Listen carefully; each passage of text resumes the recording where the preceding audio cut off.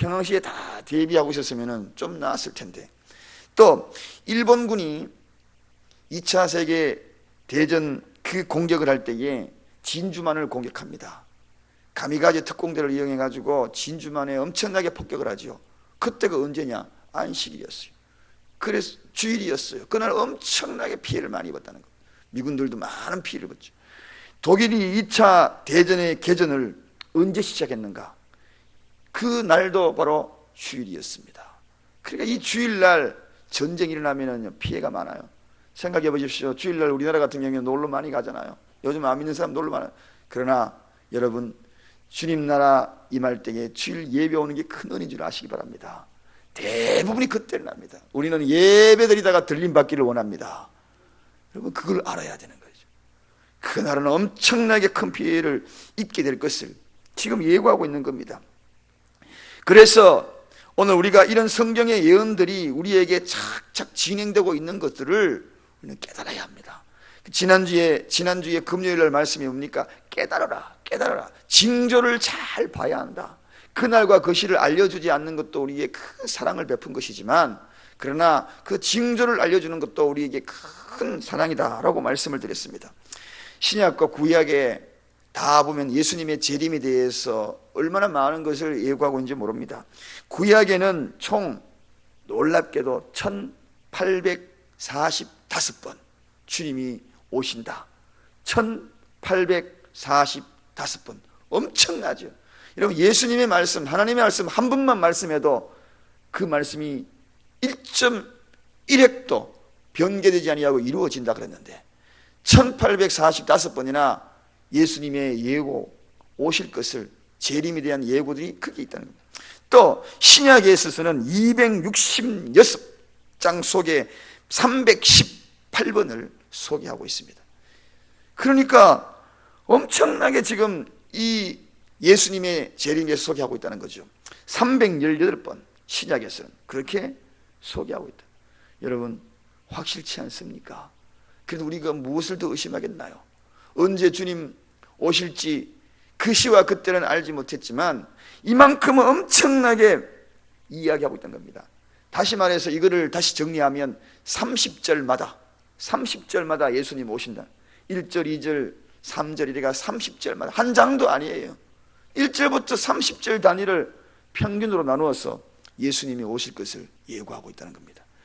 특히나 예수님이 처음 이 땅에 오실 것을 예고한 것에 대한 비율을 따지게 되면 1대8입니다. 처음으로 초림하신다, 그거는 1이라고 이야기하면 예수님의 재림에 대해서 이야기한 것은 8이라는 겁니다. 그러니 여러분, 초림 때에 구약의 선지자들이 주님 오실 것을 이야기하시잖아요. 그래서 그분이 오시면 어떻게 될 것이라는 수많은 선지서들을 통하여서 소개를 하고 있지 않습니까? 그 소개된 내용들, 소선지서, 대선지서, 여러분 소선지서, 대선지서 기억나시죠? 대선지서가 5권, 소선지서가 12권, 17권이 선지서들입니다. 그 속에서 소개된 것이 다 주님의 초림에 대해서 소개한 내용들, 그것보다도 8배나 더 많다는 것입니다. 이 엄청난 일들, 예언했던 일들이 오신다고 배경을 일러주셨는데 우리가 그것을 믿지 않아요. 너무나 쉽게 주님이 결국은 초림하셨잖아요. 말구이 오셨잖아요. 성탄절이 있잖아요. 그럼 주님이 반드시 재림한다는 것입니다. 우리가 오늘 거기에 대한 이야기들을 망각하고 있는 오늘 이 시대에 정말 우리가 해야 될 일이 무엇인가, 마지막 때에 우리가 해야 될 일이 무엇인가 다시 한번 인지해야 되는 오늘 그 시대에 살고 있습니다. 사랑하는 여러분, 점점 가까워지고 있습니다. 과거와 지금이 달라지고 있어요. 더 심각해질 지경에 이르르고 있다는 겁니다. 그럼 우리가 뭐 해야 되는가? 그날을 위하여 기도해야 한다는 것입니다. 오늘 본문 20절 우리 다 같이 다시 한번 읽어보겠습니다. 다 같이 읽어보겠습니다. 시작. 너희의 도망하는 일이 겨울에나 안식일에 되지 않도록 기도하라. 계속 21절입니다. 이는 그때에 큰 환난이 있겠습니다. 창세로부터 지금까지 이런 환난이 없었고 후에도 없으리라. 지진 조금만 일어나도 난리 법석입니다. 제가 그때 경주에 있었다, 경주에 지날 때 포항에 있었다 그랬잖아요. 그 난리 법석입니다. 조금만 흔들려도. 그런데 창세 이래도 없었던 그 환란이 일어나면 도대체 어떻게 어디서부터 손을 써야 될지 말로 상상도 표현할 수 없습니다. 그때에 기도하라. 한마디로 기도하라. 해결의 방법은 단 하나, 기도하라. 그것밖에 없는 겁니다. 사회적인 고난과 재난 당할 때에 한마디로 기도하라. 여러분의 가정 속에 엄청난 큰 재난과 환란이 다가올 때에 무엇이라고요? 기도하라. 기도, 그것밖에, 오직 그 기도. 열쇠는 그것밖에 없다는 겁니다. 위기 다가올 때 뭐 하라고요? 기도하라. 가정이 지금 파탄 날라갈 때 뭐 하라고요? 기도하라.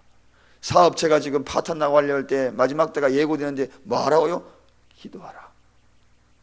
여러 모양으로 마지막 때를 예고하는 개인의 종말도 기도하라.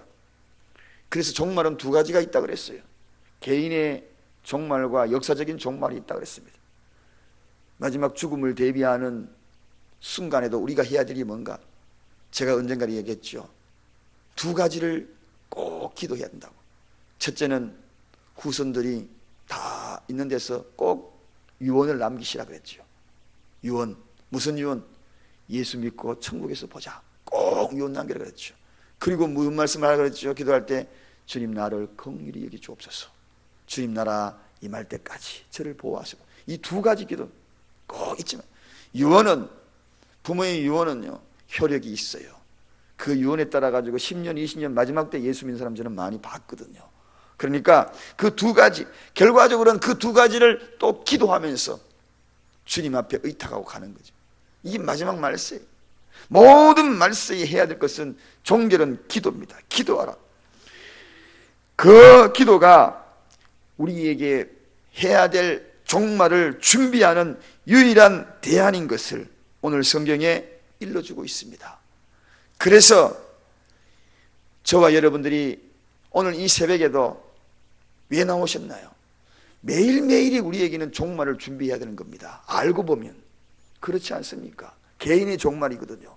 개인의 종말은 오늘 내가 어떻게 돼서 어떻게 갈지 모릅니다.